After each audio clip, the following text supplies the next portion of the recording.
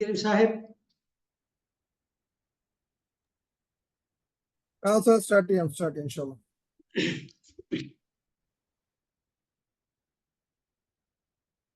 الحمد لله حمدا يوافي نعمه يكافئ مزيدا. يا ربنا لك الحمد كما ينبغي لجلال وجهك وعظيم سلطانك. سبحانك لا نحصي ثناء عليك أنت كما أثنيت على نفسك، فلك الحمد حتى ترضى.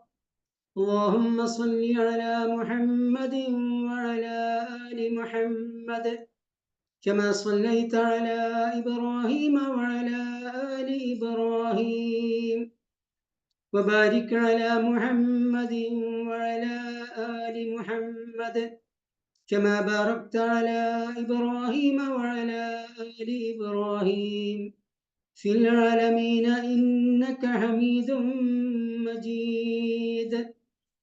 رب اشرح لي صدري ويسر لي أمري واحلل عقدة من لساني يفقه قولي. إن أريد إلا الإصلاح ما استطعت وما توفيقي إلا بالله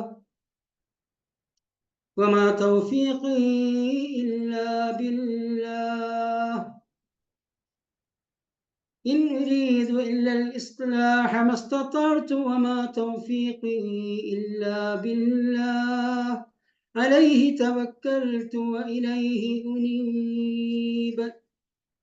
أعوذ بالله من الشيطان الرجيم. إن أول بيت وضع للناس للذي ببكة مباركا وهدى للعالمين.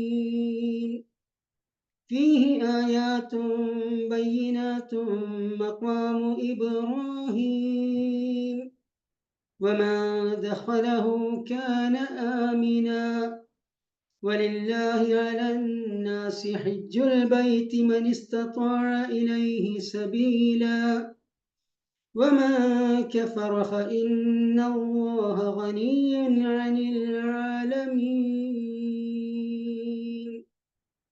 صدق الله العلي العظيم.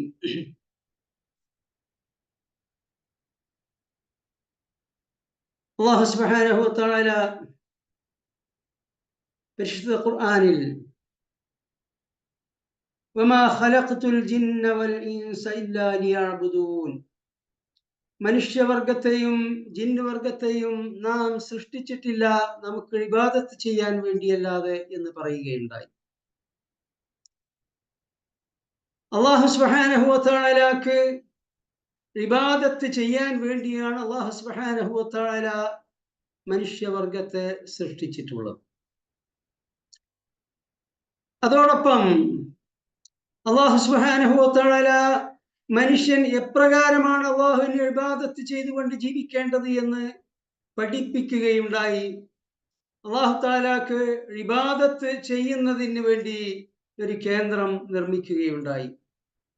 അക്കാര്യമാണ് സൂറത്ത് all Imran 96-97 ആയത്തുകളിൽ അല്ലാഹു സുബ്ഹാനഹു വ തആല വിവരിക്കുന്നത്.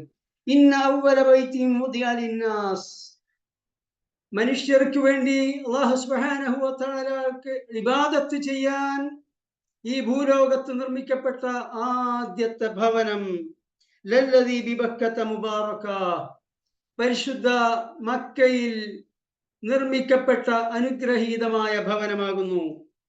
വഹുദൽ ലിൽ ആലമീൻ, ലോകർക്കാകമാനം സന്മാർഗത്തിന്റെ കേന്ദ്രമായി കൊണ്ടുകൂടിയാണ് അല്ലാഹു സുബ്ഹാനഹു വ തആല ഈ പരിശുദ്ധ മക്കയിലെ കഅബ ഷരീഫ് പടുത്തുയർത്തിയിട്ടുള്ളത്. ഫീഹി ആയാത്തും ബയ്യിനാത്ത്, ആ പരിശുദ്ധ മക്കയിൽ, ആ മസ്ജിദുൽ ഹറാമിൽ, ആ കഅബയിൽ സുവ്യക്തമായ ദൃഷ്ടാന്തങ്ങളുണ്ട്.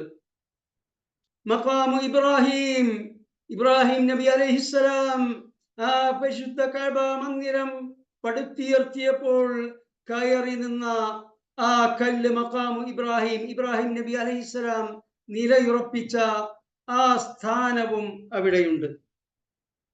വമൻ ദഖലഹു കാന ആമിന, ആരെങ്കിലും ആ പരിശുദ്ധ ഗൃഹത്തിൽ, ഭവനത്തിൽ, മസ്ജിദുൽ ഹറാമിൽ പ്രവേശിച്ചാൽ അവൻ നിർഭയനായി കഴിഞ്ഞു. വലില്ലാഹി അലന്നാസി ഹിജ്ജുൽ ബൈത്ത്, മനുഷ്യർക്ക് അല്ലാഹു സുബ്ഹാനഹു വ തആലയോട് ഒരു ബാധ്യതയുണ്ട്, കടപ്പാടുണ്ട്. അതെന്താണ്? ആ പരിശുദ്ധ ഭവനം സന്ദർശിക്കുക, അവിടെ പോയി ഹജ്ജ് ചെയ്യുക എന്നതാണത്. മൻ ഇസ്തതാഅ ഇലൈഹി സബീല, അങ്ങോട്ട് എത്തിപ്പെടാൻ ശാരീരികമായും സാമ്പത്തികമായും വഴിയാലും കഴിവുള്ള എല്ലാവർക്കും അവിടെ പോയി ഹജ്ജ് ചെയ്യുക എന്നത് മനുഷ്യൻ അല്ലാഹു സുബ്ഹാനഹു വ തആലയോടുള്ള ബാധ്യതയാകുന്നു, കടപ്പാടാകുന്നു.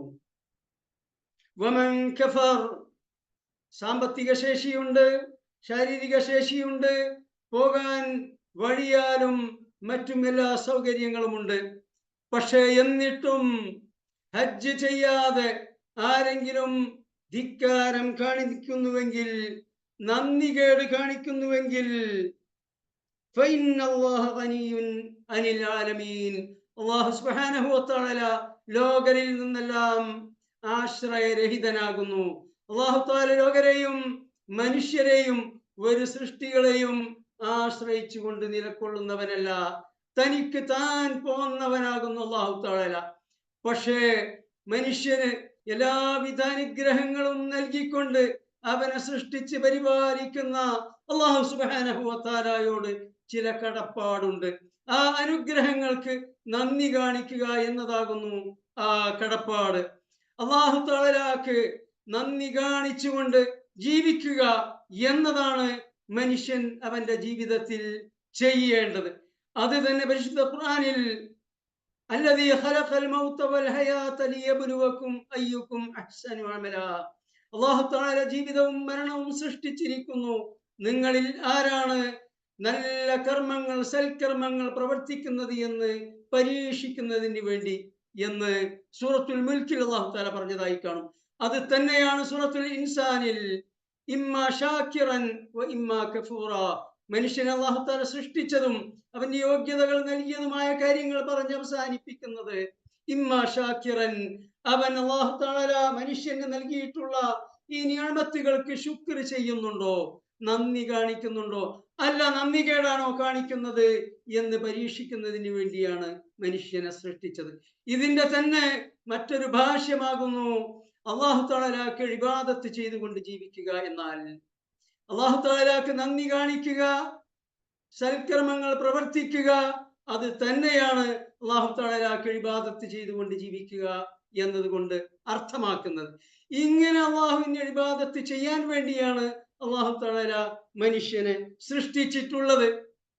ആ ഇബാദത്തിന്റെ ഒരു ഭാഗമാകുന്നു, അഥവാ ഒരു ഹദീസിൽ സുപ്രസിദ്ധമായ ഇമാം ബുഖാരിയും മുസ്ലിമും ഉദ്ധരിച്ച ഒരു ഹദീസിൽ അബ്ദുല്ലാഹി ഇബ്നു ഉമർ റളിയല്ലാഹു അൻഹു ഉദ്ധരിക്കുന്നു, ഖാല റസൂലുള്ളാഹി സ്വല്ലല്ലാഹു അലൈഹി വസല്ലം, നബി സ്വല്ലല്ലാഹു അലൈഹി വസല്ലം പ്രസ്താവിച്ചു, ബുനിയൽ ഇസ്ലാമു അലാ ഖംസിൻ, ഈ ദീനുൽ ഇസ്ലാം എന്ന സൗധം 5 തൂണുകളിലായി സ്ഥാപിക്കപ്പെട്ടിരിക്കുന്നു. 5 തൂണുകൾ, അടിസ്ഥാന തൂണുകൾ. ഒന്നാമത്തേത് ഷഹാദത്തു അല്ലാ ഇലാഹ ഇല്ലല്ലാഹ് വ അന്ന മുഹമ്മദുർ റസൂലുള്ളാഹ്. ഒന്ന് ലാ ഇലാഹ ഇല്ലല്ലാഹ് മുഹമ്മദുർ റസൂലുള്ളാഹ് എന്ന ഷഹാദത്ത് കലിമയാകുന്നു. ഇതാണ് ഇസ്ലാമിന്റെ ഒന്നാമത്തെ തൂൺ, അഥവാ അഖീദ, ഈമാൻ. അതാണ് അടിസ്ഥാനം, അത് ഇസ്ലാമിന്റെ തൂണുകളിൽ ഒന്നാമത്തേതാകുന്നു. 2 വഇഖാമിസ് സ്വലാഹ്, നമസ്കാരം നിലനിർത്തുക. 3 വഇതാഇസ് സകാത്ത്, സകാത്ത് നൽകുക. 4-മത്തേത് ഹജ്ജുൽ ബൈത്ത്, പരിശുദ്ധ ഭവനത്തിൽ പോയി ഹജ്ജ് ചെയ്യുക. വസൗമി റമളാൻ, റമളാൻ മാസത്തിൽ നോമ്പനുഷ്ഠിക്കുക. ഈ 5 അടിസ്ഥാനപരമായ തൂണുകളാകുന്നു ഇസ്ലാമിനുള്ളത്. അതിൽപ്പെട്ട ഒരു തൂണാകുന്നു ഹജ്ജ് എന്നത്. അപ്പോൾ ശാരീരികമായും സാമ്പത്തികമായും വഴി കൊണ്ടുമെല്ലാം അങ്ങോട്ട് എത്തിപ്പെടാൻ സാധിക്കുന്നവർക്ക് ആയുഷ്കാലത്തിൽ ഒരിക്കൽ നിർബന്ധമായ കർമ്മമാകുന്നു ഹജ്ജ്. അതാരെങ്കിലും ചെയ്യുന്നില്ലെങ്കിൽ അത് അല്ലാഹു തആല നൽകിയ നിഅമത്തുകൾക്കുള്ള നന്ദി കേടാകുന്നു. വമൻ കഫർ, ആരെങ്കിലും നന്ദി കേട് കാണിക്കുന്നുവെങ്കിൽ, ആരെങ്കിലും ധിക്കാരം കാണിക്കുന്നുവെങ്കിൽ, ആരെങ്കിലും അല്ലാഹു തആലയുടെ കൽപ്പനയ്ക്ക് എതിർ പ്രവർത്തിക്കുന്നുവെങ്കിൽ ഫഇന്നല്ലാഹ ഗനിയ്യുൻ അനിൽ ആലമീൻ, അല്ലാഹു സുബ്ഹാനഹു വ തആലക്ക് ഒരു നഷ്ടവും ഭവിക്കാനില്ല. അല്ലാഹു തആല ലോകരിൽ നിന്നെല്ലാം ആശ്രയരഹിതനാകുന്നു. അല്ലാഹു തആലക്ക് ഇബാദത്ത് ചെയ്തുകൊണ്ട് നാം ജീവിക്കുമ്പോൾ അതിന്റെ ഗുണം അവനവന് തന്നെയാകുന്നു. ഇനി ഹജ്ജ് സംബന്ധമായി നബി സല്ലല്ലാഹു അലൈഹി വസല്ലമയിൽ നിന്ന് ഉദ്ധരിക്കപ്പെട്ട ഏതാനും ഹദീസുകൾ വിവരിക്കാൻ ഈ അവസരം ഉപയോഗപ്പെടുത്തുകയാണ്. നബി സല്ലല്ലാഹു അലൈഹി വസല്ലമയുടെ എളാപ്പയായ അബ്ബാസ് റളിയല്ലാഹു അൻഹുവിന്റെ മകൻ അബ്ദുല്ലാഹ് ഇബ്നു അബ്ബാസ് റളിയല്ലാഹു അൻഹു നിവേദനം ചെയ്യുന്നു. നബി സല്ലല്ലാഹു അലൈഹി വസല്ലം പ്രസ്താവിച്ചു, തഅജ്ജലു ഇലൽ ഹജ്ജ്, നിങ്ങൾ ഹജ്ജിന് വേഗത കാണിക്കുക, സാധ്യമായത്ര വേഗത്തിൽ നിങ്ങൾ ഹജ്ജ് നിർവഹിക്കുക, അത് പിന്തിപ്പിക്കരുത്. കാരണം ഫഇന്ന അഹദകും ലാ യദ്രി മാ യഅരിദു ലഹു, നിങ്ങളിൽ ഒരാൾക്ക് അറിയുകയില്ല പിറകേക്ക് വെച്ചാൽ ഭാവിയിൽ എന്താണ് സംഭവിക്കുക. പിന്നീട് ഒരു അവസരത്തിൽ ഹജ്ജ് നിർവഹിക്കാൻ നമുക്ക് സമയം ലഭിക്കുമോ, സന്ദർഭം ലഭിക്കുമോ, നമുക്കതിന് ആരോഗ്യപരമായ ശാരീരികമായ അവസ്ഥ ഒത്തുവരുമോ, ഇതൊന്നും ഒരാൾക്കും അറിയുകയില്ല. അതുകൊണ്ട് ഹജ്ജ് നിർവഹിക്കുന്ന കാര്യത്തിൽ നിങ്ങൾ വേഗത കാണിക്കുക, അത് പുറകോട്ട് മാറ്റിവെക്കാതിരിക്കുക. വേറെ ഹദീസിൽ നബി സല്ലല്ലാഹു അലൈഹി വസല്ലം അത് തന്നെ ഒന്നുകൂടി വ്യക്തമാക്കി പറയുകയാണ്. സഈദ് ഇബ്നു ജുബൈർ റളിയല്ലാഹു അൻഹും അബ്ദുല്ലാഹ് ഇബ്നു അബ്ബാസ് റളിയല്ലാഹു അൻഹും നിവേദനം ചെയ്യുന്ന ഹദീസിൽ നബി സല്ലല്ലാഹു അലൈഹി വസല്ലം പറഞ്ഞു, മൻ അറാദൽ ഹജ്ജ ഫൽയതഅജ്ജൽ, ആരെങ്കിലും ഹജ്ജ് ചെയ്യാൻ ഉദ്ദേശിക്കുന്നുവെങ്കിൽ അത് വേഗത്തിലാക്കട്ടെ. ഫഇന്നഹു ഖദ് യംറദുൽ മരീദ്, ഒരു പക്ഷേ പിന്നീട് അവന് രോഗം ബാധിക്കാം. നമുക്കറിയാമല്ലോ, നമ്മുടെ കൂട്ടത്തിൽ നല്ല അരോഗ ദൃഢഗാത്രരായ പലരും പല രോഗങ്ങൾക്ക് അടിപ്പെടുന്നു. പിന്നീട് ഒരു ദീർഘയാത്ര ചെയ്തുകൊണ്ട് ശാരീരിക ക്ഷമത ആവശ്യമുള്ള ഹജ്ജ് പോലെയുള്ള ഒരു കർമ്മം നിർവഹിക്കാൻ അവർക്ക് സാധിക്കാതെ വരുന്നു. നമ്മുടെ കൂട്ടത്തിൽ ധാരാളം പേരെ നമുക്ക് കാണാൻ സാധിക്കും. അതുകൊണ്ട് ഫൈനഹു ഖദ് യംറദു അൽ മരീദ്, ഒരു രോഗിയായി തീർന്നേക്കാം. വതദില്ലു റാഹില, ഇനി രോഗമൊന്നുമില്ല, പക്ഷെ പിന്നീട് ഹജ്ജിന് പോകാൻ ആ സംഘത്തിൽ ചേരാൻ അവസരം ലഭിച്ചില്ലെന്ന് വരാം. ഇപ്പോൾ ഈ വർഷം 2025 ഹജ്ജിന് അപേക്ഷിക്കുന്നവർക്കൊക്കെ പോകാൻ അവസരമുണ്ട്. ഗവൺമെന്റ് ഹജ്ജ് ഗ്രൂപ്പിൽ പോകേണ്ടവർക്ക് അതിന് അവസരമുണ്ട്. അല്ല, പ്രൈവറ്റ് സെക്ടറിൽ പോകണമെങ്കിൽ അവർക്കും അവസരമുണ്ട്. എന്നാൽ കഴിഞ്ഞ കോവിഡിന് മുൻപുള്ള അവസ്ഥ അതായിരുന്നില്ല. കേരളത്തിൽ നിന്ന് ഹജ്ജിന് അപേക്ഷിക്കുന്നവരിൽ പകുതി പേർക്ക് പോലും ഹജ്ജിന് പോകാൻ അവസരം ലഭിച്ചിരുന്നില്ല. അത് വീണ്ടും തിരിച്ചു വന്നേക്കാം. അതുകൊണ്ട് രോഗമൊന്നുമില്ലെങ്കിൽ പോലും പോകാൻ അവസരം ലഭിച്ചില്ലെന്ന് വരാം. ഇനി അത് രണ്ടുമല്ല, ഹജ്ജിന് പോകാൻ അവന്റെ പ്രാരാബ്ദങ്ങളും ആവശ്യങ്ങളും അവന് പ്രതിബന്ധമായേക്കാം. കുട്ടികളെ കെട്ടിക്കാനുണ്ടാവാം, കുട്ടികളുടെ വിദ്യാഭ്യാസത്തിന്റെ കാര്യങ്ങൾ ഉണ്ടാവാം, വേറെ പല പ്രാരാബ്ദങ്ങളും ഉണ്ടാകും. ഹജ്ജിന് പോകാൻ ധനവ്യയം ചെയ്യാൻ ഒരു പക്ഷേ സാധിച്ചില്ലെന്ന് വരാം. ഇങ്ങനെ വിവിധ മാർഗങ്ങളിലൂടെ ഹജ്ജ് നിർവഹിക്കാൻ സാധിക്കാത്ത അവസ്ഥാന്തരങ്ങൾ നിങ്ങൾ അഭിമുഖീകരിക്കാം. അതുകൊണ്ട് ഹജ്ജിന് പോകാൻ ഉദ്ദേശിച്ചവർ അതിന് കഴിവുള്ളവർ എത്രയും പെട്ടെന്ന് ആ കാര്യം നിർവഹിക്കട്ടെ എന്നാണ് നബി സല്ലല്ലാഹു അലൈഹി വസല്ലം ഇവിടെ കൽപ്പിക്കുന്നത്. ഭാഗ്യവശാൽ ഈ ക്ലാസ്സിൽ സംബന്ധിക്കുന്നവരിൽ അധിക പേരും നബി സല്ലല്ലാഹു അലൈഹി വസല്ലമയുടെ ഈ കൽപ്പന ശിരസാ വഹിച്ചുകൊണ്ട് വാർദ്ധക്യത്തിലേക്ക് ഈ പരിശുദ്ധ ഹജ്ജ് കർമ്മം പിന്തിക്കാതെ നല്ല ആരോഗ്യപരമായ സുസ്ഥിതിയിൽ തന്നെ അവർ ഹജ്ജിന് പോകാനുള്ള തീരുമാനമെടുത്തിരിക്കുന്നു. അല്ലാഹു സുബ്ഹാനഹു വ തആല ഈ ഹജ്ജിന് നിയ്യത്ത് ചെയ്ത എല്ലാവർക്കും എല്ലാവിധ പ്രതിബന്ധങ്ങളും മാറ്റിക്കൊണ്ട് മഖ്ബൂലും മബ്റൂറുമായ ഹജ്ജ് കർമ്മം നിർവഹിക്കാൻ അല്ലാഹു സുബ്ഹാനഹു വ തആല തൗഫീഖ് നൽകി അനുഗ്രഹിക്കുമാറാകട്ടെ. ഇനി മറ്റൊരു ഹദീസിൽ നബി സല്ലല്ലാഹു അലൈഹി വസല്ലം പറയുന്നു, യാ അയ്യുഹന്നാസ്, ജനങ്ങളെ, കുതിബ അലൈക്കുമുൽ ഹജ്ജ്, നിങ്ങൾക്ക് ഹജ്ജ് നിർബന്ധമാക്കപ്പെട്ടിരിക്കുന്നു. ഇത് പറഞ്ഞപ്പോൾ ഫഖാമൽ അഖ്റഅ ഇബ്നു ഹാബിസ്, അഖ്റഅ ഇബ്നു ഹാബിസ് എന്ന് പറയുന്ന ഒരു സ്വഹാബി എഴുന്നേറ്റ് നിന്നുകൊണ്ട് നബിയോട് ചോദിച്ചു, അഫി കുല്ലി ആമിൻ യാ റസൂലല്ലാഹ്, ഈ ഹജ്ജ് എല്ലാ വർഷവും നിർവഹിക്കേണ്ടതുണ്ടോ? ഫഖാൽ, അപ്പോൾ നബി സല്ലല്ലാഹു അലൈഹി വസല്ലം പ്രത്യുത്തരം ചെയ്തു, ലൗ ഖുൽതുഹാ ലവജബത്, അതെ എന്ന് ഞാൻ പറഞ്ഞാൽ അത് നിർബന്ധമാക്കപ്പെടും. വലൗ വജബത് ലം തഅമലു ബിഹാ, വർഷാവർഷങ്ങളിൽ ഹജ്ജ് നിർബന്ധമാക്കപ്പെട്ടാൽ നിങ്ങൾ അത് ചെയ്യുകയില്ല. വലം തസ്തതിഉ അൻ തഅമലു ബിഹാ, നിങ്ങൾ ആഗ്രഹിച്ചാൽ പോലും എല്ലാ വർഷവും ഹജ്ജ് ചെയ്യാൻ നിങ്ങൾക്ക് സാധിക്കുകയുമില്ല. അൽ ഹജ്ജു മറ, അതുകൊണ്ട് പരിശുദ്ധ ഹജ്ജ് കർമ്മം ആയുഷ്കാലത്തിൽ ഒരിക്കൽ മാത്രമാണ് നിർബന്ധമുള്ളത്.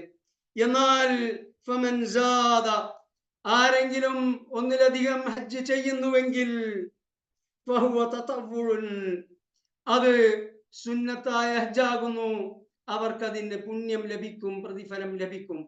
അപ്പോൾ ഒരു ഹജ്ജ് ചെയ്തു എന്നുകൊണ്ട് അത് മതിയാക്കണം എന്ന് നബി സല്ലല്ലാഹു അലൈഹി വസല്ലം ഇവിടെ പറയുന്നില്ല. ഒരു ഹജ്ജിന് ശേഷം വേറെ ഹജ്ജ് ചെയ്യാൻ സാധിക്കുന്നവർക്ക് അത് ചെയ്യാം, അത് അവർക്ക് സുന്നത്തിന്റെ പ്രതിഫലം ലഭിക്കുന്നതാണ്. ഇനി ഒരു ഹദീസിൽ, അബൂ ഹുറൈറ റളിയല്ലാഹു അൻഹു നിവേദനം ചെയ്ത ഹദീസിൽ നബി സല്ലല്ലാഹു അലൈഹി വസല്ലമയോട് ചോദിക്കപ്പെട്ടു, അയ്യുൽ അഅമാലി അഫ്ളൽ, ഏത് കർമ്മമാകുന്നു ഏറ്റവും ശ്രേഷ്ഠമായത് അല്ലാഹുവിന്റെ റസൂലേ? ഫഖാൽ, നബി സല്ലല്ലാഹു അലൈഹി വസല്ലം പ്രതിവചിച്ചു, ഈമാനും ബില്ലാഹി വബി റസൂലിഹി, അല്ലാഹുവിലും റസൂലിലും വിശ്വസിക്കുക, ഈമാൻ കൈക്കൊള്ളുക എന്നതാകുന്നു ഏറ്റവും ശ്രേഷ്ഠമായ കാര്യം. ഖാല സുമ്മ മാദാ, അപ്പോൾ ചോദിച്ചു, പിന്നീട് ഏതാണ്?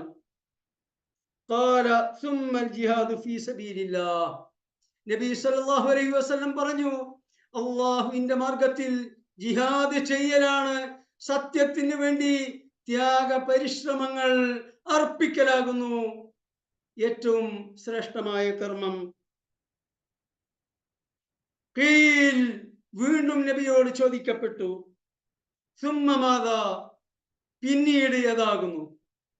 ഖാൽ, നബി സല്ലല്ലാഹു അലൈഹി വസല്ലം പറഞ്ഞു, സുമ്മ ഹജ്ജും മബ്റൂർ, അത് കഴിഞ്ഞാൽ മബ്റൂറായ ഹജ്ജ് കർമ്മം നിർവഹിക്കലാകുന്നു ഏറ്റവും ശ്രേഷ്ഠമായ കർമ്മം. പിന്നീട് ആയിഷ റളിയല്ലാഹു അൻഹ നിവേദനം ചെയ്യുന്നു, ഖുൽതു യാ റസൂലല്ലാഹ്, അല്ലാഹുവിന്റെ റസൂലേ, ഹൽ അലൻ നിസാഇ മിൻ ജിഹാദ്, സ്ത്രീകൾക്ക് ജിഹാദ് നിർബന്ധമുണ്ടോ? ഏറ്റവും പുണ്യകരമായ കർമ്മം ഏതാണ്, ഏറ്റവും ശ്രേഷ്ഠമായ കർമ്മം ഏതാണ് എന്നതിന് ഒന്ന് അല്ലാഹുവിലും റസൂലിലും വിശ്വസിക്കലാണെന്ന് പറഞ്ഞു.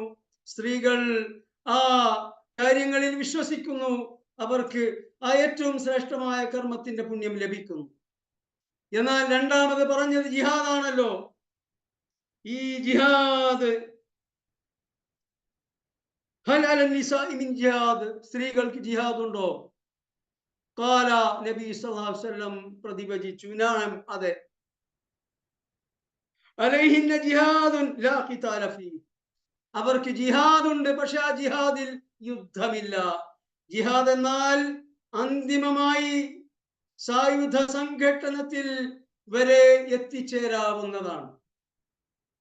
എന്നാൽ സ്ത്രീകൾക്ക് ജിഹാദ് ഉണ്ടെങ്കിലും അവരുടെ ജിഹാദിൽ ലാ ഖിതാല ഫീഹി, അതിൽ യുദ്ധമില്ല.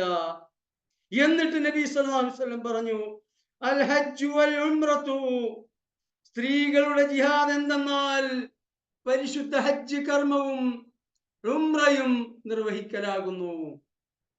ഇതിൽ വലിയ സന്ദേശമുണ്ട്. യുദ്ധമെന്നാൽ നല്ല ശാരീരികമായ അധ്വാന പരിശ്രമങ്ങളും അങ്ങേയറ്റത്തെ ത്യാഗവും ക്ലേശവും സഹിക്കേണ്ട സംഗതിയാണ്. അങ്ങനെയുള്ള യുദ്ധം സ്ത്രീകൾക്ക് നിർബന്ധമാക്കപ്പെട്ടിട്ടില്ല. എന്നാൽ അവരുടെ ജിഹാദ് ഹജ്ജും ഉംറയുമാണെന്ന് പറയുമ്പോൾ ഒരു യുദ്ധം നയിക്കുന്ന അതേ ക്ലേശവും ത്യാഗവും കഷ്ടപ്പാടുമെല്ലാം ഹജ്ജിൽ ഉൾക്കൊള്ളുന്നു എന്ന ഒരു സന്ദേശം ഇതിൽ വ്യംഗ്യമായി ഉണ്ട്. ഇത് ഹജ്ജിന് പോകാൻ നിയത്ത് ചെയ്തവർ, പ്രത്യേകിച്ച് ഈ വർഷം ഹജ്ജ് ചെയ്യാൻ വേണ്ടി മുന്നോട്ട് വന്നവർ, അവരുടെ മനസ്സിൽ കൊത്തിവെക്കേണ്ടതാണ്. ഹജ്ജ് കർമ്മം എന്നാൽ ഒരു ലളിതമായ കർമ്മമല്ല. ഹജ്ജ് കർമ്മം എന്നാൽ ലളിതമായ ഒരു കർമ്മമല്ല. അത് അങ്ങേയറ്റത്തെ ക്ലേശവും ത്യാഗവും കഷ്ടപ്പാടും എല്ലാം ഉള്ള ഒരു കർമ്മമാകുന്നു. അത് അങ്ങനെ തന്നെ മനസ്സിലാക്കണം. തങ്ങൾ രജിസ്റ്റർ ചെയ്തിട്ടുള്ളത് ഒരു ഡീലക്സ് ഗ്രൂപ്പിലാണ്. 2 ഹറമുകളിലും വളരെ അടുത്ത് സമീപത്ത് വാക്കിംഗ് ഡിസ്റ്റൻസിലാണ് ഞങ്ങളുടെ അക്കോമഡേഷൻ. 5 സ്റ്റാർ ഹോട്ടലാണ്. അതുപോലെ തന്നെ മീനായിൽ കാറ്റഗറി 1 പിന്നെ സോണിലാണ് തങ്ങളുടെ തമ്പുകൾ. ഇതൊന്നും വെച്ചുകൊണ്ട് ഹജ്ജ് എന്ന ഈ കർമ്മം ലളിതവൽക്കരിക്കാൻ ആരും മുതിരേണ്ടതില്ല. എത്ര തന്നെ ഡീലക്സ് ഗ്രൂപ്പ് ആണെങ്കിലും ഹജ്ജ് ഹജ്ജാണ്, ഹജ്ജ് ത്യാഗമാണ്, ഹജ്ജ് ക്ലേശമാണ്. ഇസ്ലാമിന്റെ 5 തൂണുകൾ പറഞ്ഞല്ലോ. ആ 5 തൂണുകളിൽ ഒന്നാമത്തേത് അഖീദയാണ്. രണ്ടാമത്തേത് നമസ്കാരം. നമസ്കാരം ശരീരം കൊണ്ട് മാത്രം നിർവഹിക്കുന്ന ഒരു കർമ്മമാണ്. മൂന്നാമത്തേത് സക്കാത്താണ്. സക്കാത്ത് ശരീരം കൊണ്ട് നിർവഹിക്കേണ്ടതല്ല, നമ്മുടെ ധനം കൊണ്ട് നിർവഹിക്കേണ്ട കർമ്മമാണ്. ഇനി അവസാനത്തെ തൂണ് റമദാനിലെ നോമ്പ്. അത് ധനം കൊണ്ട് നിർവഹിക്കാനുള്ളതല്ല, അത് ശരീരം കൊണ്ട് നിർവഹിക്കാനുള്ളതാണ്. എന്നാൽ ഇസ്ലാമിന്റെ തൂണുകളിൽ 5 തൂണുകളിൽ 4-മത്തേതായ ഹജ്ജ്, അത് ശരീരം കൊണ്ടും ധനം കൊണ്ടും നിർവഹിക്കേണ്ടതാണ് എന്ന് മാത്രമല്ല, നമസ്കാരത്തെക്കാളും നോമ്പിനേക്കാളും ക്ലേശവും ബുദ്ധിമുട്ടുകളും സഹിച്ചുകൊണ്ട് നിർവഹിക്കേണ്ടതാകുന്നു. ഇൻഷാ അല്ലാഹ് നമ്മൾ 3 ക്ലാസ്സുകളിലായിട്ടാണ് ഈ ഹജ്ജ് ഉംറ കർമ്മങ്ങളെ കുറിച്ച് വിവരിക്കാൻ ഉദ്ദേശിക്കുന്നത്. ഇന്നത്തെ ക്ലാസ്സിന് ശേഷം 15 ദിവസത്തെ ഗ്യാപ്പിൽ പിന്നീട്, എന്ന് വെച്ചാൽ അടുത്ത ശനിയാഴ്ചയല്ല, പിറ്റത്തെ ശനിയാഴ്ച ഒരു ക്ലാസ് ഉണ്ടാകും. ആ ക്ലാസ്സിലാണ് നാം ഹജ്ജ് കർമ്മങ്ങളിലേക്ക് പ്രവേശിക്കുകയുള്ളൂ. ആ കർമ്മങ്ങളിലേക്ക് പ്രവേശിച്ചുകൊണ്ട് നമ്മൾ മുന്നോട്ട് പോയി അവസാനം വദാഇന്റെ തവാഫുൽ വിദാഅ്, പരിശുദ്ധ മക്കയോട് വിട പറയുമ്പോൾ ആ വിടവാങ്ങൽ തവാഫ് നിർവഹിക്കുന്നത് വരെയുള്ള ആ ഹജ്ജിന്റെ കർമ്മങ്ങൾ വിവരിക്കുമ്പോൾ ഇത് കുറച്ച് ക്ലേശവും ബുദ്ധിമുട്ടും അധ്വാന പരിശ്രമങ്ങളും ആവശ്യമുള്ള കർമ്മമാണ് എന്ന് നിങ്ങൾക്ക് ബോധ്യം വരും. ആദ്യം തന്നെ ആ ഒരു മനസ്സോടുകൂടി, അതിനെല്ലാമുള്ള സന്നദ്ധതയോടുകൂടിയാണ് ഹാജിമാർ ഹജ്ജിന് തയ്യാറെടുക്കേണ്ടത് എന്നാണ് ഇവിടെ പറഞ്ഞു വരുന്നത്.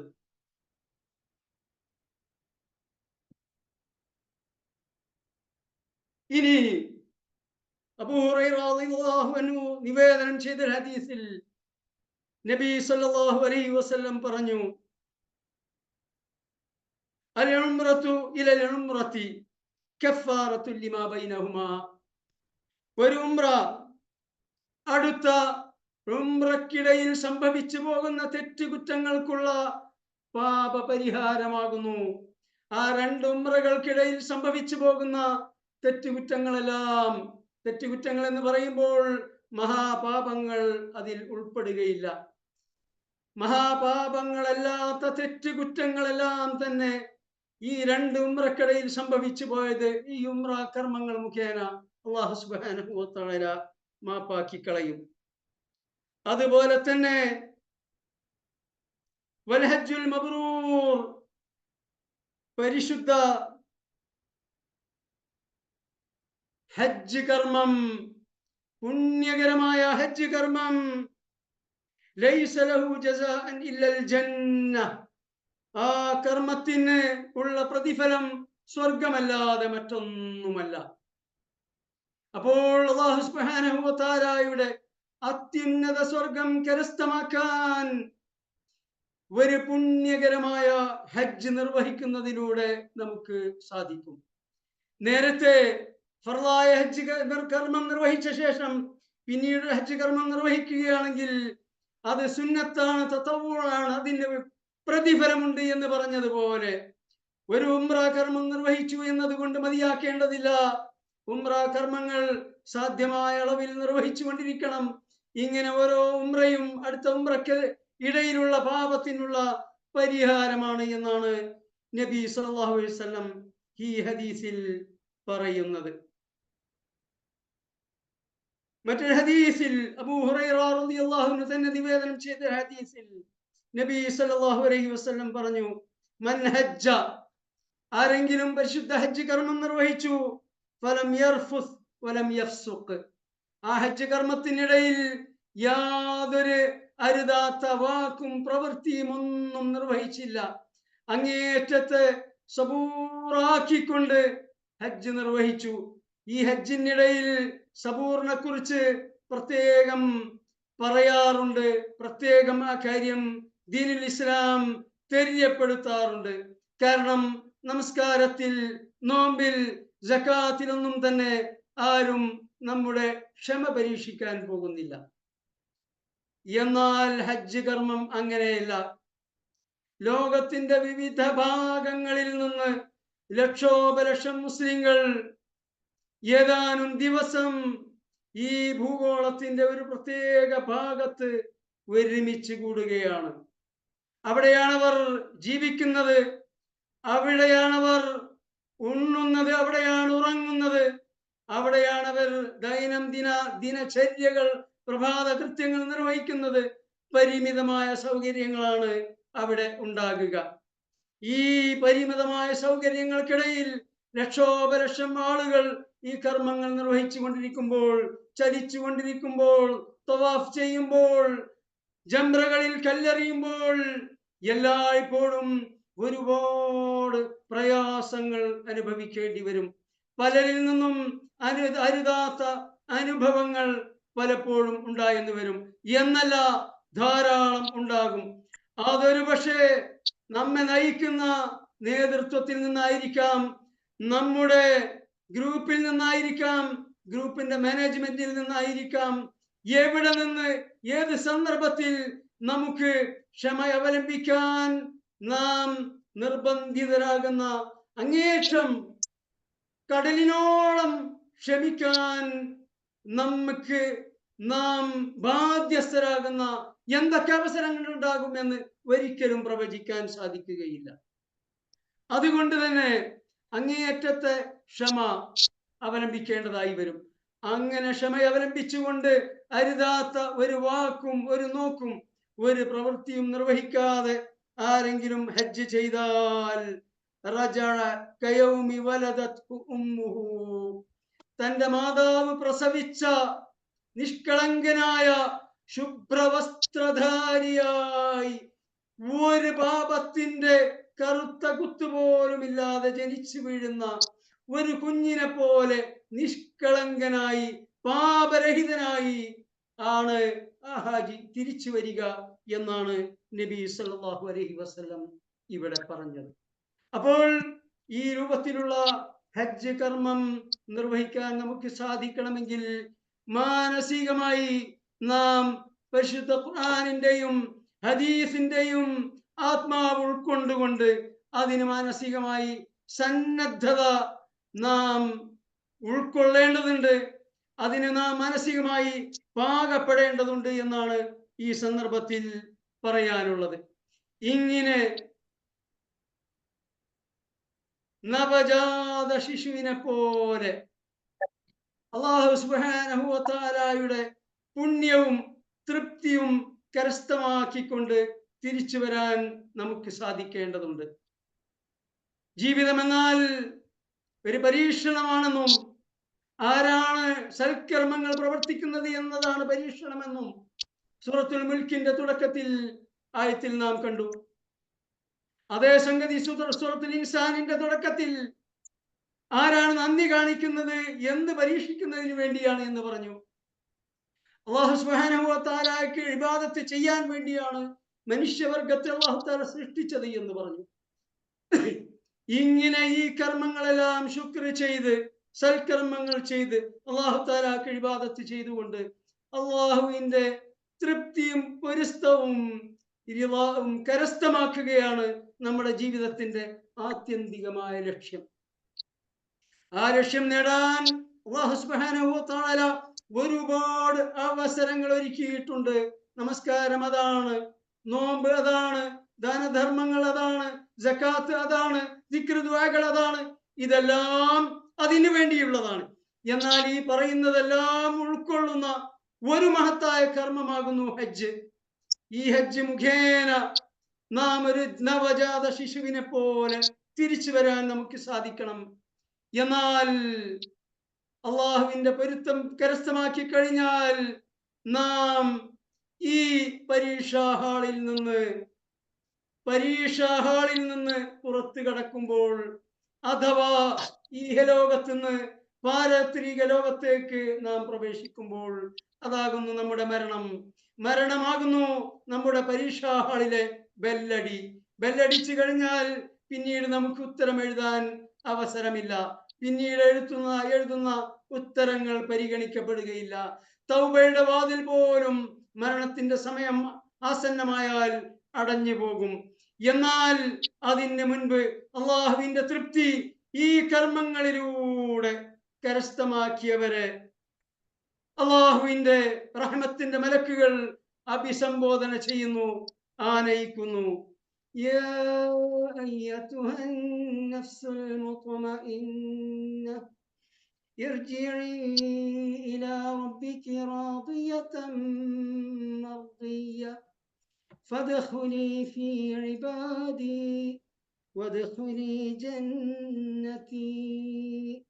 യാ അയ്യതുഹൻ നഫ്സുൽ മുത്മഇന്ന.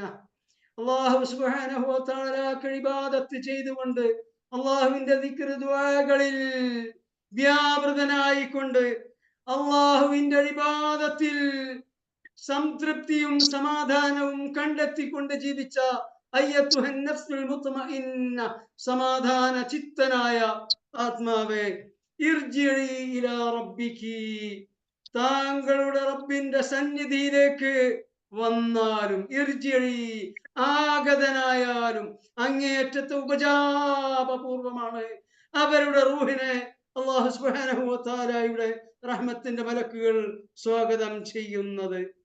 റാദിയതൻ, അല്ലാഹു സുബ്ഹാനഹു വ തആലയിൽ അങ്ങേയറ്റത്തെ സംപ്രീതനായിക്കൊണ്ട്, മർദിയതൻ, അല്ലാഹുവിന്റെ പ്രീതിയും റിളാവും പൊരുത്തവും കരസ്ഥമാക്കിക്കൊണ്ട് അല്ലാഹുവിനെ കുറിച്ച് ഈ ആത്മാവ് അങ്ങേയറ്റത്തെ തൃപ്തിയിലാണ്. ഈ ആത്മാവിനെ കുറിച്ച് അള്ളാഹുവും അങ്ങേയറ്റത്തെ തൃപ്തിയിലാണ്. ആ അവസ്ഥയിൽ അള്ളാഹുവിന്റെ സന്നിധിയിലേക്ക് വന്നാലും ഫദ്ഖുലി ഫീ ഇബാദി, നമ്മുടെ ദാസന്മാരുടെ കൂട്ടത്തിൽ പ്രവേശിച്ചാലും. ആരാണ് ഈ ദാസന്മാർ? ഒന്നാമതായി അംബിയാ മുർസലീങ്ങൾ, അത് കഴിഞ്ഞാൽ ഔലിയാക്കന്മാർ, പുണ്യവാന്മാർ, സാലിഹീങ്ങൾ, ശുഹദാക്കൾ, ഇങ്ങനെയുള്ള സച്ചരിതരായ അള്ളാഹുവിന്റെ നിഅമത്ത് കരസ്ഥമാക്കിയവരുടെ കൂടെ ഫദ്ഖുലി ഫീ ഇബാദി, ഈ ദാസന്മാരോടൊപ്പം സ്വർഗത്തിൽ പ്രവേശിക്കുക, വദ്ഖുലി ജന്നതി, ഈ സ്വർഗത്തിൽ പ്രവേശിക്കുക എന്ന് അങ്ങേറ്റത്തെ ആമോദത്തോടെ ഉപചാരപൂർവം ഈ ആത്മാക്കളെ സ്വാഗതം ചെയ്യുമെന്ന് അല്ലാഹു സുബ്ഹാനഹു വ തആല സൂറത്തുൽ ഫജ്റിന്റെ അവസാനത്തെ ആയത്തുകളിൽ വിവരിക്കുന്നു. ഈ പരിശുദ്ധ ഹജ്ജ് കർമ്മം നിർവഹിച്ചുകൊണ്ട് എല്ലാ പാപങ്ങളും പൊറുക്കപ്പെട്ട് നിഷ്കളങ്ക ഹൃദയത്തോടെ ഒരു നവജാത ശിശുവിനെ പോലെ അള്ളാഹുവിന്റെ പൊരുത്തം കരസ്ഥമാക്കി തിരിച്ചു വരുന്ന ഹാജിമാരുടെ കൂട്ടത്തിൽ അല്ലാഹു സുബ്ഹാനഹു വ തആല നമ്മെ എല്ലാവരെയും ഉൾപ്പെടുത്തി അനുഗ്രഹിക്കുമാറാകട്ടെ. ഇനി ഇങ്ങനെയുള്ള പുണ്യകരമായ ഹജ്ജ് കർമ്മം നിർവഹിക്കണമെങ്കിൽ നാം ചില കാര്യങ്ങളൊക്കെ ഹജ്ജിന് പുറപ്പെടുന്നതിന് മുൻപ് തന്നെ ചെയ്യേണ്ടതുണ്ട്, നിർവഹിക്കേണ്ടതുണ്ട്. ചില കാര്യങ്ങളിലൊക്കെ നിഷ്കർഷ പുലർത്തേണ്ടതുണ്ട്. അതിനെക്കുറിച്ച് ഏതാനും കാര്യങ്ങൾ പറയാനാണ് ഇവിടെ ഉദ്ദേശിക്കുന്നത്. ഒന്നാമതായി, നമ്മുടെ ജീവിതകാലത്ത് പലരുമായും പല വിഷയത്തിലും ക്രയവിക്രയങ്ങളിലും സംസാരങ്ങളിലുമെല്ലാം പലപ്പോഴും അരുതാത്തത് പലതും സംഭവിച്ചിരിക്കാം. അത് നമ്മുടെ ബന്ധുമിത്രാദികളായിരിക്കാം, ഒരുപക്ഷെ മാതാപിതാക്കന്മാർ തന്നെയായിരിക്കാം, ഒരുപക്ഷെ സുഹൃത്തുക്കളായിരിക്കാം, നമ്മോടൊപ്പം ജോലി ചെയ്യുന്ന സഹപ്രവർത്തകരായിരിക്കാം, ആരോ ആവട്ടെ.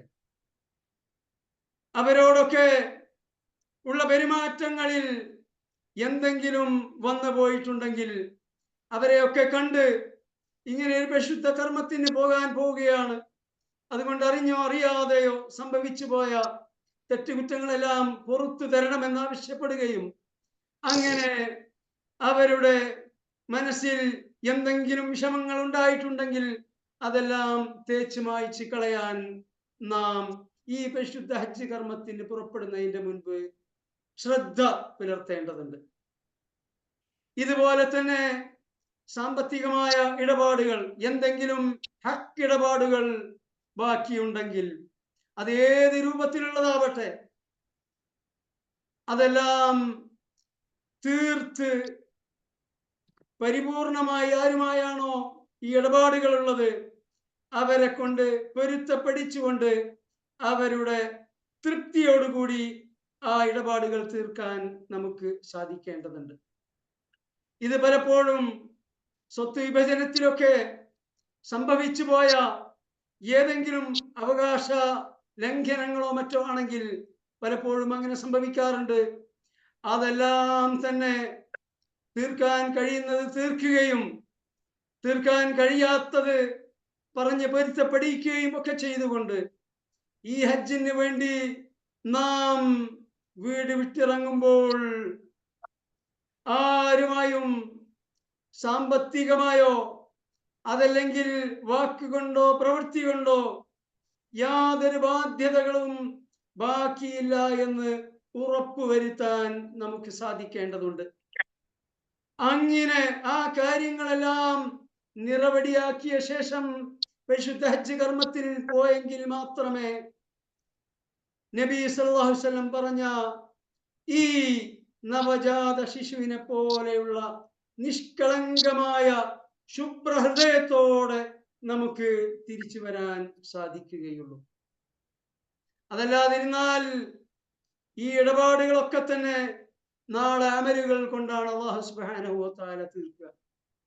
നാം പലപ്പോഴും കേട്ടതാണ്, നബി സല്ലല്ലാഹു അലൈഹി വസല്ലം ചോദിച്ചില്ലേ, മനിൽ മുഫ്ലിസ്, ആരാണ് പാപ്പരായവൻ? സഹാബത്ത് പറഞ്ഞു, പാപ്പരായവൻ എന്ന് പറഞ്ഞാൽ ഞങ്ങളുടെ കൂട്ടത്തിൽ ദീനാറും ദിർഹമും കാശും പണവും സ്വർണവും വെള്ളിയൊന്നും ഇല്ലാത്തവനാണ്. ദീനാർ എന്ന് പറഞ്ഞാൽ സ്വർണ്ണ നാണയമാണ്, ദിർഹം എന്നാൽ വെള്ളി നാണയമാണ്. അപ്പൊ സ്വർണമോ വെള്ളിയോ ഒന്നുമില്ലാത്തവരാണ് പാപ്പരായവൻ. നബി സല്ലല്ലാഹു അലൈഹി വസല്ലം പറഞ്ഞു, അവനല്ല പാപ്പരായവൻ. നാളെ പാരത്രിക ലോകത്ത് മഹ്ശറ സഭയിൽ ധാരാളം കർമ്മങ്ങളുമായി വരുന്നവരാണ് അവർ. ധാരാളം കർമ്മങ്ങൾ അവർ ചെയ്തിട്ടുണ്ട്. പക്ഷേ അതോടൊപ്പം ജീവിതകാലത്ത് അവർ പലരെയും നാക്കുകൊണ്ട് ദ്രോഹിച്ചിട്ടുണ്ട്, വാക്കുകൊണ്ട് ദ്രോഹിച്ചിട്ടുണ്ട്. പലരും അംഗചലനങ്ങളിലൂടെ പലരെയും നോവിച്ചിട്ടുണ്ട്, ചിലരുടെ അവകാശങ്ങൾ ഹനിച്ചിട്ടുണ്ട്. ഇങ്ങനെ ഇവരെല്ലാവരും ഈ മഹ്ശറാ സഭയിൽ ഒരുമിച്ച് കൂട്ടിയിട്ടുണ്ടാവും. അല്ലാഹു സുബ്ഹാനഹു വ തആല നാളെ അവിടെ വെച്ച് എല്ലാവരുടെയും ബാധ്യതകൾ തീർക്കും. فإذا نفخ في الصور فلا أنساب بينهم يومئذ ولا يتساءلون. ഖിയാമത്ത് നാളിലെ സൂർ എന്ന കാഹളത്തിൽ ഊതപ്പെടുമ്പോൾ ഈ ഐഹിക ജീവിതത്തിൽ വാല്യബിളായ എല്ലാ സംഗതികളും വാല്യബിൾ അല്ലാതായി തീരും. നരേന്ദ്രമോദി നോട്ട് നിരോധിച്ചപ്പോൾ എന്താണ് ഉണ്ടായത്? അതിനുശേഷം അത് യൂസ്ലെസ് ആയി തീർന്നു, നോട്ടും കെട്ടുകൾ. എന്നതുപോലെ ഈ ലോകത്തുള്ള സ്വർണവും വെള്ളിയും നോട്ടും എല്ലാം അസാധുവായി തീരും സൂർ എന്ന കാഹളത്തിൽ ഊതുന്നത് വരെ. അതുവരെ മാത്രമാണ് ഇതെല്ലാം വാലിഡ് ആയിട്ടുള്ളത്. എന്നാൽ സൂർ എന്ന കാഹളത്തിൽ ഊതപ്പെട്ടാൽ പിന്നെ ഒരു സംഗതി മാത്രമാണ് ബാക്കിയുള്ളത്, അമൽ. ഫമൻ സഖുലത് മവാസീനുഹു ഫഉലൈക ഹുമുൽ മുഫ്ലിഹൂൻ. ആരുടെ സൽക്കർമ്മങ്ങളുടെ തുലാസുകൾ ഭാരം തൂങ്ങിയോ അവരാകുന്നു വിജയികൾ. അമലുകൾ മാത്രം. ഇനി ദുഷ്കർമ്മങ്ങളാണോ ഉള്ളത്, ആ ദുഷ്കർമ്മങ്ങളുടെ ദുഷ്ഫലം. അതുകൊണ്ട് നാളെ പാരത്രിക ലോകത്ത് ഒരുപാട് അമലുകളുമായി വന്നവരുടെ കണക്ക് അല്ലാഹു സുബ്ഹാനഹു വ തആല തീർക്കുന്നത് ഈ അമലുകൾ വെച്ചുകൊണ്ടാണ്. സൽക്കർമ്മങ്ങൾ കൊടുത്ത് അഥവാ ഈ അവകാശം ഹനിക്കപ്പെട്ടവർ, പീഡിപ്പിക്കപ്പെട്ടവർ, നോവിപ്പിക്കപ്പെട്ടവർ ഇവരുടെ ഇടപാടുകൾ തീർന്നില്ലെങ്കിൽ അവരുടെ സയ്യിആത്ത് ഇങ്ങോട്ട് കൊടുത്തുകൊണ്ട് അല്ലാഹു തആല കണക്ക് തരികയാണ്. അപ്പോൾ ലക്ഷോപലക്ഷം രൂപ ചെലവ് ചെയ്ത് ഹജ്ജ് ചെയ്തതാണ് എന്നതുകൊണ്ട് രക്ഷപ്പെടാൻ പോകുന്നില്ല. ഹജ്ജിന് പുറപ്പെടുന്നതിന് മുൻപ് തന്നെ ഈ വക എല്ലാവിധ കണക്കുകളും ക്ലിയർ ചെയ്യേണ്ടതുണ്ട്. പൊരുത്തപ്പെടുവിക്കേണ്ടവരോട് പൊരുത്തപ്പെടുവിക്കേണ്ടതുണ്ട്. സാമ്പത്തികമായ ഇടപാടുകൾ ഹക്ക് ഇടപാടാണെങ്കിൽ അത് തീർക്കേണ്ടതുണ്ട്. അങ്ങനെ അതെല്ലാം ക്ലിയർ ചെയ്തുകൊണ്ട് വേണം ഹജ്ജിന് പോകാൻ. എങ്കിൽ മാത്രമേ നാം ഉദ്ധരിച്ച ഈ ഹദീസുകളിൽ പറഞ്ഞ മബ്റൂറായ ഹജ്ജിന്റെ പ്രതിഫലം സ്വർഗമല്ലാതെ മറ്റൊന്നുമല്ല എന്ന പ്രതിഫലം നമുക്ക് ലഭിക്കുകയുള്ളൂ. ഇനി നാം ഹജ്ജിന് പുറപ്പെടുമ്പോൾ വീട്ടിൽ നിന്ന് ഇറങ്ങുമ്പോൾ ചൊല്ലുന്ന ഒരു ദിക്ർ മാത്രം പറഞ്ഞുകൊണ്ട് ഇന്നത്തെ ക്ലാസ് നാം അവസാനിപ്പിക്കുകയാണ്. 45 മിനിറ്റ് ദൈർഘ്യമുള്ള ഒരു ക്ലാസ് ആണ് നാം ഉദ്ദേശിക്കുന്നത്. നാം വീട്ടിൽ നിന്ന് പുറപ്പെടുമ്പോൾ, ഇത് ഹജ്ജിന് പുറപ്പെടുമ്പോൾ ചൊല്ലാനുള്ള ദിക്റല്ല. നാം എന്താവശ്യങ്ങൾക്ക്, നമസ്കരിക്കാൻ വേണ്ടി പള്ളിയിൽ പോവുകയാണ്, ഷോപ്പിങ്ങിന് വേണ്ടി അങ്ങാടിയിൽ പോവുകയാണ്, ഏതാവശ്യത്തിന് പോവുകയാണെങ്കിലും വീട്ടിൽ നിന്നിറങ്ങുമ്പോൾ ചൊല്ലാനുള്ള ദിക്ർ ചൊല്ലിക്കൊണ്ട് വേണം ഇറങ്ങാൻ. അനേകം ദിക്റുകൾ വാരിദായി നബി സല്ലല്ലാഹു അലൈഹി വസല്ലമയിൽ നിന്ന് വന്നിട്ടുണ്ട്. അത് ദീർഘമായ ദിക്റുകളുണ്ട്, വളരെ ഷോർട്ടായ ദിക്റുകളുണ്ട്. ഏതെങ്കിലും ഒരു ദിക്ർ പഠിക്കുക, അത് പതിവാക്കുക. ഇനി ഒന്നിൽ കൂടുതൽ ദിക്റുകൾ പഠിക്കാൻ സാധിക്കുന്നവർ അത് പഠിക്കട്ടെ, അത് മാറി മാറി ചൊല്ലട്ടെ. ഒരു ചെറിയ ദിക്ർ മാത്രമാണ് ഞാൻ ഇവിടെ ഓർമ്മിപ്പിക്കുന്നത്. ബിസ്മില്ലാഹി തവക്കൽതു വലാ ഹൗല വലാ ഖുവത ഇല്ലാ ബില്ലാഹ്. ഞാൻ അല്ലാഹുവിൽ തവക്കുൽ ചെയ്യുന്നു, അള്ളാഹുവിനെ കൊണ്ടല്ലാതെ യാതൊരു ശക്തിയും കഴിവുമില്ല. ഇനി വേറെയും അനേകം ദിക്റുകളുണ്ട്. നിങ്ങൾ ഏതാണോ പഠിച്ച് ചൊല്ലുന്നത് അത് തന്നെ ചൊല്ലിയാൽ മതി. പുതുതായിട്ട് ഹജ്ജിന് പോകാൻ വേണ്ടി വേറെ ദിക്ർ പഠിക്കാനൊന്നുമില്ല വീട്ടിൽ നിന്ന് ഇറങ്ങുമ്പോൾ. അതെന്താണ് ഇവിടെ പ്രത്യേകം ഈ ദിക്ർ പറയാൻ കാരണം? ഈ ദിക്ർ മാത്രമല്ല, തുടർന്നുള്ള വാഹനത്തിൽ കയറിയാൽ യാത്രക്കാരുടെ ദുആ, ഇതെല്ലാം നമ്മുടെ ക്ലാസ്സുകളിൽ വരും. ഇത് ഹജ്ജിന്റെ വിഷയത്തിൽ പ്രത്യേകം പറയാനുള്ള ഒരു കാര്യം, ഒരു ഹാജി ഹജ്ജിന് പോയി, ഹജ്ജ് കഴിഞ്ഞ് തിരിച്ചു വന്നാൽ ആ ഹാജിയുടെ ഹജ്ജ് സ്വീകരിക്കപ്പെട്ടിട്ടുണ്ടോ ഇല്ലേ എന്നതിന് ഒരു ക്രൈറ്റീരിയ, ഒരു മാനദണ്ഡം നബി സല്ലല്ലാഹു അലൈഹി വസല്ലം. അതെന്താണ്? ഹജ്ജിന് പോകുന്നതിന് മുൻപുള്ള അവരുടെ ജീവിതം, ഹജ്ജ് കഴിഞ്ഞ് വന്ന ശേഷമുള്ള അവരുടെ ജീവിതം, ഇത് രണ്ടും താരതമ്യപ്പെടുത്തുമ്പോൾ പ്രകടമായ പ്രസ്താവ്യമായ അന്തരം ഹജ്ജിന് പോകുന്നതിന് മുൻപുള്ള ജീവിതവുമായി ഹജ്ജ് കഴിഞ്ഞ് വന്ന ശേഷമുള്ള ജീവിതത്തിനുണ്ടോ എന്നതാണ് പരിശോധിക്കേണ്ടത്. അങ്ങനെ ആ ജീവിതത്തിൽ അന്തരമുണ്ടെങ്കിൽ, നമ്മൾ മുമ്പ് ഒരു പരസ്യത്തിൽ കാണാറുണ്ട്, ജീവൻ ടോൺ കഴിക്കുന്നതിന് മുൻപും കഴിച്ച ശേഷവും. കഴിക്കുന്നതിന് മുൻപുള്ള ഫോട്ടോ കാണും, കഴിച്ച ശേഷമുള്ള ഫോട്ടോ കാണും. ഫോട്ടോത്തിൽ രണ്ടും പ്രകടമായ അന്തരമുണ്ടാകും. എന്നതുപോലെയുള്ള മാറ്റം ഹജ്ജിന് പോകുന്നതിന് മുൻപുള്ള ജീവിതവും ഹജ്ജ് കഴിഞ്ഞ് വന്ന ശേഷമുള്ള ജീവിതവും തമ്മിൽ ഉണ്ടാകണം. അതുണ്ടാകണമെങ്കിൽ ദൈനംദിന ജീവിതത്തിൽ ചൊല്ലാനും പറയാനുമുള്ള ദിക്ർ ദുആകളൊക്കെ ഉണ്ട്. അതുപോലെ തന്നെ സുന്നത്തായ നമസ്കാരങ്ങളുമുണ്ട്. ഇത് പോകുന്നതിന് മുൻപ് എങ്ങനെയായിരുന്നോ അങ്ങനെയായാൽ പോരാ ഹജ്ജ് കഴിഞ്ഞു വന്നു. അത് എവിടെ നിന്നാണ് അതിന്റെ തുടക്കം? നാം ഹജ്ജിന് പുറപ്പെടാൻ വീട്ടിൽ നിന്ന് ഇറങ്ങുമ്പോഴാണ്.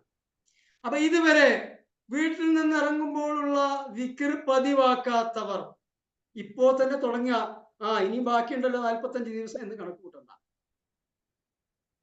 ആ ഹജ്ജിന് അങ്ങോട്ട് ഇറങ്ങുമ്പോൾ ദൈനംദിന ജീവിതത്തിൽ ചൊല്ലാനും പറയാനുമുള്ള ദിക്റുകൾ ഏതൊക്കെയുണ്ടോ അതങ്ങ് സ്റ്റാർട്ട് ചെയ്യാം.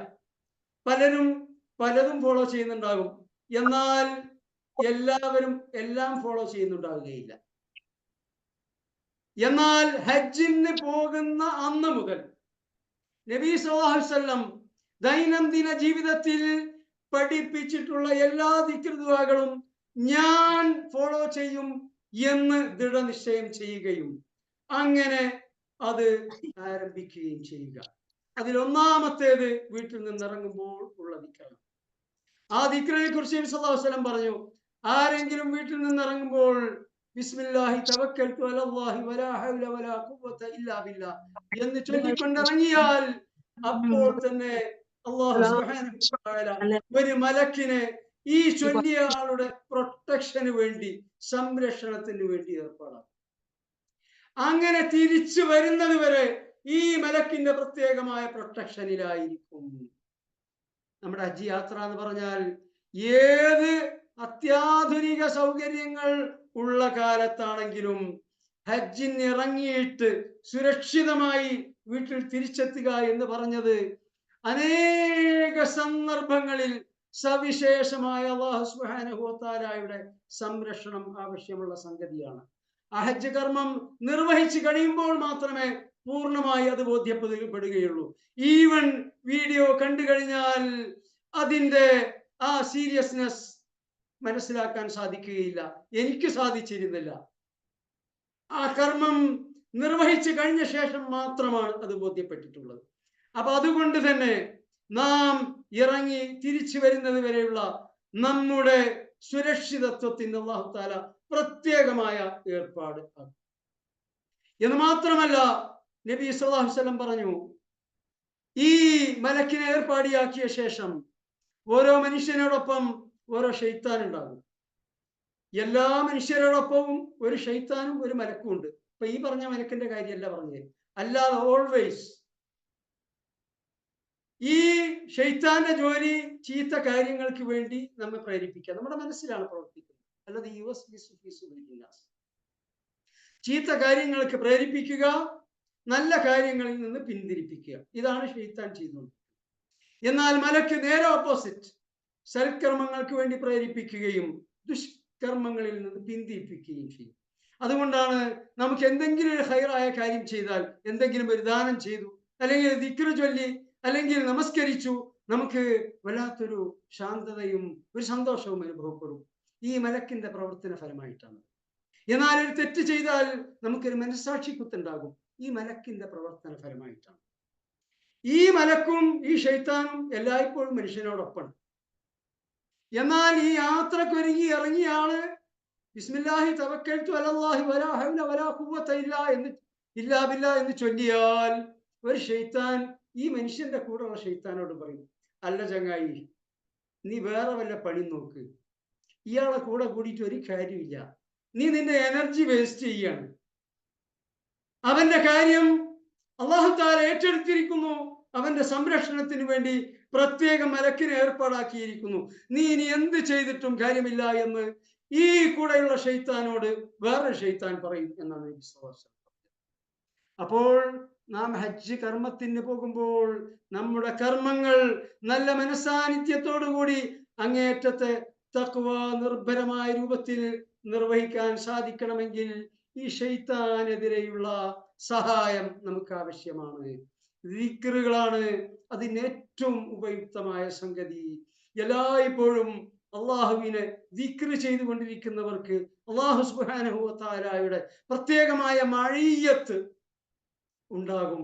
എപ്പോഴും അള്ളാഹുവിന്റെ സാന്നിധ്യം അവരോടൊപ്പം ഉണ്ടാകും, അള്ളാഹുവിന്റെ സംരക്ഷണം അവരോടൊപ്പം ഉണ്ടാകും. അതുകൊണ്ട് ഈ ഹജ്ജ് കർമ്മത്തിന്റെ വിഷയത്തിൽ ആകെ ഒരേ ഒരു കാര്യം മാത്രമേ ഇന്ന് ഞാൻ പറഞ്ഞിട്ടുള്ളൂ, കർമ്മമായി ചെയ്യാനുള്ളത്. അത് വീട്ടിൽ നിന്നിറങ്ങുമ്പോൾ ചൊല്ലാനുള്ള ദിക്റാണ്. ഇവിടെ നിന്ന് അങ്ങോട്ട് ഇൻഷാ അല്ലാഹു തആല ഹജ്ജ് കർമ്മങ്ങളിലേക്ക് നാം അടുത്ത ക്ലാസ്സിൽ പ്രവേശിക്കുന്നതാണ്. മൂന്നാമത് ഒരു ക്ലാസ്സിൽ നാം ഹജ്ജ് കർമ്മത്തിന്റെ വേറെ ചില വശങ്ങൾ കൂടി വിവരിക്കും. അല്ലാഹു സുബ്ഹാനഹു വ തആല അനുഗ്രഹിക്കുമാറാകട്ടെ. എല്ലാവിധ പ്രതിസന്ധികളും പ്രതിബന്ധങ്ങളും നീക്കിക്കൊണ്ട് ഈ ഇപ്പോൾ നിങ്ങളുടെ ശ്രദ്ധയിൽ വന്നിട്ടുള്ള ഈ പ്രതിസന്ധി ഈ സംഘത്തിലുള്ളവരെ മാത്രം ബാധിക്കുന്ന ഒന്നല്ല. 2 ലക്ഷം ഹാജിമാരാണ് ഇന്ത്യയിൽ നിന്ന് പോകുന്നത്. 2 ലക്ഷമാണ് ഇന്ത്യയിലെ ഹാജിമാരുടെ കോട്ട. ഇതിൽ 75% ഗവൺമെന്റ് കോട്ടയിലാണ് പോകുന്നത്, അവർക്ക് ഭീഷണിയൊന്നുമില്ല. 25% പ്രൈവറ്റ് സെക്ടറിന് കൊടുത്തിട്ടുള്ളത്, അഥവാ 55,000 ഇന്ത്യൻ ഹാജിമാർ. കഴിഞ്ഞ വർഷം വരെ 20% ഈ വർഷം അത് 25% വർദ്ധിപ്പിച്ച് 25% ആക്കിയിട്ടുണ്ട്. അങ്ങനെയാണ് 55,000 ഹാജിമാർ പ്രൈവറ്റ് സെക്ടറിലുള്ളത്. ആ 55,000 ഹാജിമാരിൽ 20% മാത്രമേ മീനായിലെ ഈ സോണുകളിൽ അലോട്ട് ചെയ്യപ്പെട്ടിട്ടുള്ളൂ എന്നാണ് ഇപ്പൊ കിട്ടിയ വിവരം. പക്ഷേ ബാക്കിയുള്ളവർക്ക് കൂടി അത് കിട്ടാനുള്ള ശ്രമങ്ങൾ നടന്നുകൊണ്ടിരിക്കുകയാണ്. മന്ത്രി തലങ്ങളിലൊക്കെ അതിന്റെ ചർച്ച നടന്നുകൊണ്ടിരിക്കുന്നു. അന്തിമമായി നാം മനസ്സിലാക്കേണ്ടത്, നബി സല്ലല്ലാഹു അലൈഹി വസല്ലം ഹദീസിൽ പറഞ്ഞു, എല്ലാ അധികാരികളുടെയും ഹൃദയം അല്ലാഹു സുബ്ഹാനഹു വ തആലയുടെ വിരലുകൾക്കിടയിലാണ്. അള്ളാഹു ഉദ്ദേശിക്കുന്ന രൂപത്തിൽ അതിങ്ങനെ മാറ്റിമറിക്കും. എല്ലാ അധികാരികളുടെയും. ഇവിടെ സൗദി അറേബ്യയുടെ ഹജ്ജ് വകുപ്പുമായി ബന്ധപ്പെട്ടവരുടെ കുഞ്ചിക സ്ഥാനത്തിരിക്കുന്നവരാണ് ഇവിടുത്തെ അധികാരികൾ. അവരുടെ ഹൃദയം അല്ലാഹു തആലാന്റെ കയ്യിലാണ്. അള്ളാഹു ഉദ്ദേശിക്കുന്ന രൂപത്തിൽ അതിങ്ങനെ മാറ്റിമറിച്ചുകൊണ്ട് നമുക്ക് ചെയ്യാനുള്ളത് ഒന്ന് മാത്രമാണ്, അല്ലാഹു സുബ്ഹാനഹു വ തആലയോട് ദുആ ചെയ്തുകൊണ്ടിരിക്കുക. നിങ്ങൾ അല്ലാഹു തആല ഫർളാക്കിയ ഒരു ഹജ്ജ് കർമ്മം നിർവഹിക്കാൻ മുന്നോട്ട് വന്നവരാണ്, നിയ്യത്ത് ചെയ്തവരാണ്. ആ കർമ്മം നിർവഹിക്കാനുള്ള തൗഫീഖിന് വേണ്ടി നിങ്ങൾ 5 വഖ്തിലും ദുആ ചെയ്തുകൊണ്ടിരിക്കുക. തീർച്ചയായും അല്ലാഹു സുബ്ഹാനഹു വ തആല ദുആ കേൾക്കും. എല്ലാ പ്രതിബന്ധങ്ങളും തട്ടി നീക്കിക്കൊണ്ട് പരിശുദ്ധ ഹജ്ജ് കർമ്മം നിർവഹിക്കാൻ അല്ലാഹു തആല തൗഫീഖ് നൽകും. അങ്ങനെയുള്ള പൂർണ്ണമായ ദൃഢബോധ്യത്തോടു കൂടിയായിരിക്കണം ദുആ ചെയ്യേണ്ടത്. അല്ലാഹു സുബ്ഹാനഹു വ തആല തൗഫീഖ് നൽകി അനുഗ്രഹിക്കുമാറാകട്ടെ. ഇനി ക്ലാസ് അവസാനിപ്പിക്കുന്നതിന് മുൻപ് എന്തെങ്കിലും ചോദിക്കാനോ പറയാനോ ഉണ്ടെങ്കിൽ, ഹജ്ജ് കർമ്മങ്ങളായിട്ട് ബന്ധപ്പെട്ട് ഒന്നും ചോദിക്കേണ്ടതില്ല. ഹജ്ജ് കർമ്മങ്ങളൊക്കെ വിവരിച്ച് കഴിഞ്ഞിട്ട് അതിൻ്റെ അവസാനത്തിലുള്ള അവസരത്തിൽ മാത്രം അതിനെക്കുറിച്ച് ചോദിച്ചാൽ മതി. അതല്ലാത്ത എന്തെങ്കിലും കാര്യങ്ങൾ ഇന്ന് ക്ലാസ് എടുത്ത വിഷയത്തിലോ മറ്റോ ഉണ്ടെങ്കിൽ അത് ചോദിക്കുന്നതോടുകൂടി നമുക്ക് ഇത് അവസാനിപ്പിക്കാം ഇൻഷാ അല്ലാഹ്. അസ്സലാമു അലൈക്കും. അസ്സലാമു വറഹ്മത്തുള്ളാഹി വബറകാതുഹു. പറയൂ. നമ്മുടെ ഈ പൊരുത്തപ്പെടുന്ന ഇതുള്ളത്, അത് മുസ്ലിങ്ങളോട് മാത്രമാണോ അതോ നമ്മൾ എല്ലാവരോടും ഉള്ളതില്ല? മുസ്ലിങ്ങളായാലും അതായാലും അവരോട് ചോദിക്കേണ്ട കാര്യങ്ങളുണ്ടോ? ഇടപാടുകളുടെ വിഷയത്തില് അത് ഹക്കിടപാടായാലും അല്ലാത്തതായാലും അത് ആരോടായാലും തീർക്കേണ്ടതാ. അപ്പൊ നമ്മള് ഈവൺ ഒരു RSSകാരനാണെന്ന് കരുതുക. ഈ RSSകാരനോട് നമുക്കൊരു ഹക്കിടപാടുണ്ട് എന്നുണ്ടെങ്കിൽ അത് കൊടുത്ത് വീട്ടിയെ തരും. അള്ളാഹു താല എത്രത്തോളം എന്നാൽ നബി സല്ലല്ലാഹു അലൈഹി വസല്ലം പറഞ്ഞു, ഹിംസ്ര ജന്തുക്കൾ ഉണ്ടല്ലോ, ഹിംസ്ര ജന്തുക്കളിൽ കൊമ്പുള്ള ഒരു ജീവി കൊമ്പില്ലാത്ത ഒരു ജീവിയെ അകാരണമായി കുത്തിയിട്ടുണ്ടെങ്കിൽ അള്ളാഹു താല ഈ മൃഗങ്ങളിൽ ചില മൃഗങ്ങളെ മറ്റു ചില മൃഗങ്ങൾക്ക് ആഹാരമായിട്ട് നിശ്ചയിച്ചിട്ടുണ്ട്. ആ ആഹാരാവശ്യത്തിന് വേണ്ടിയിട്ട് ഉപയോഗപ്പെടുത്തുന്നതല്ല. അതല്ലാതെ അകാരണമായി കൊമ്പുള്ള ഒരു ജീവി കൊമ്പില്ലാത്ത ഒരു ജീവിയെ കുത്തിയിട്ടുണ്ടെങ്കിൽ, ഒരു കാള പശുവിനെ കുത്തിയെന്ന് സങ്കല്പിക്കുക. നാളെ അള്ളാഹു താല ഈ രണ്ട് ജീവികളെയും ജീവിപ്പിച്ചുകൊണ്ട് തിരിച്ച് കുത്തിക്കുന്ന, കൊമ്പ് ഇല്ലാതിരുന്ന ജീവിക്ക് കൊമ്പ് കൊടുത്തുകൊണ്ട് കുത്തിക്കുന്ന, എന്നിട്ട് അവരോട് പറയും കൂനു തുറാബ, നിങ്ങൾ മണ്ണാകുകയും. അപ്പൊ ഇവയൊക്കെ മണ്ണായി പോകും. കാരണം അവർക്ക് ഹിസാബും കിതാബൊന്നുമില്ല. ഇത് കാണുമ്പോഴാണ് സൂറത്ത് നബയിലെ അവസാനത്തെ ആയത്തില് വയഖൂലുൽ കാഫിർ, സത്യനിഷേധിയായ അല്ലാഹു തആലയെ ധിക്കരിച്ചുകൊണ്ട് ജീവിക്കുന്ന മനുഷ്യൻ ഇത് കാണുമ്പോഴാണ് പറയാ യാ ലൈതനി കുൻതു തുറാബ വയഖൂലുൽ കാഫിറു യാ ലൈതനി കുൻതു തുറാബ. കാഫിറായ മനുഷ്യൻ പറയും, ഞാനും മണ്ണായി പോയിരുന്നെങ്കിൽ എത്ര നന്നായിരുന്നു. ഈ ദൃശ്യം കാണുമ്പോഴാണ് അത് പറയുക എന്ന് മുഫസ്സിരീങ്ങൾ വിവരിച്ചിട്ടുണ്ട്. അപ്പൊ പിന്നെ ഹിന്ദുക്കളുടെ കാര്യം എന്താണ്? ഇടപാടുകള് ആരോടായാലും തീർക്കണം. വാക്കുകൊണ്ടോ നോക്കുകൊണ്ടോ ഒക്കെ ആരെ ഉപദ്രവിച്ചിട്ടുണ്ടെങ്കിലും അവരോടൊക്കെ പറഞ്ഞിട്ട് പൊരുത്തപ്പെടിയിക്കണം.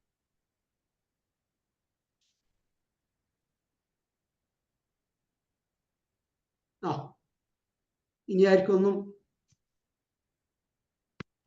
അന്വേഷിക്കാൻ ഉണ്ടാവില്ല എന്ന് പ്രതീക്ഷിക്കുന്നു. നമുക്ക് അവസാനിപ്പിക്കാം. അൽഹംദുലില്ലാഹി റബ്ബിൽ ആലമീൻ. اللهم صل على سيدنا محمد وعلى آل محمد. اللهم اقسم لنا من خشيتك ما تحول به بيننا وبين معصيتك، ومن طاعتك ما تبلغنا به جنتك، ومن اليقين ما تهون به علينا مصائب الدنيا، ومتعنا اللهم بأسماعنا وأبصارنا وقواتنا ما أحييتنا، واجعله الوارث منا. اللهم اجعل ثأرنا على من ظلمنا، وانصرنا على من عادانا. اللهم لا تجعل مصيبتنا في ديننا، ولا تجعل الدنيا أكبر همنا ولا مبلغ علمنا، ولا تسلط علينا من لا يخافك ولا يرحمنا يا أرحم الراحمين. ربنا آتنا في الدنيا حسنة وفي الآخرة حسنة وقنا عذاب النار.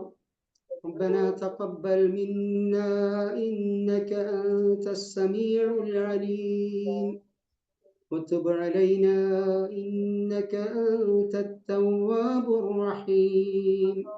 واغفر لنا يا غافر المذنبين، وارحمنا بأنواع رحمتك يا أرحم الراحمين. صلى الله تعالى وسلم على خير خلقه النبي الأمي وعلى آله وصحبه وسلم. السلام عليكم ورحمة الله وبركاته. وعليكم السلام.